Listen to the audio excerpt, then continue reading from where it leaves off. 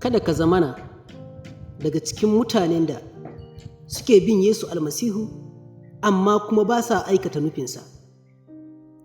Kada ka zama daga cikin mutanen da suke zuwa church amma ba su da Yesu a cikin zuciyarsu.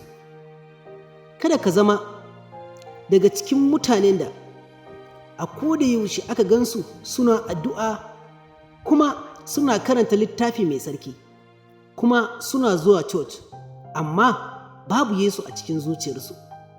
Kada ka zamana mutumin da shugaba ne kai a cikin ikkilisiya amma babu Yesu a cikin zuciyarka.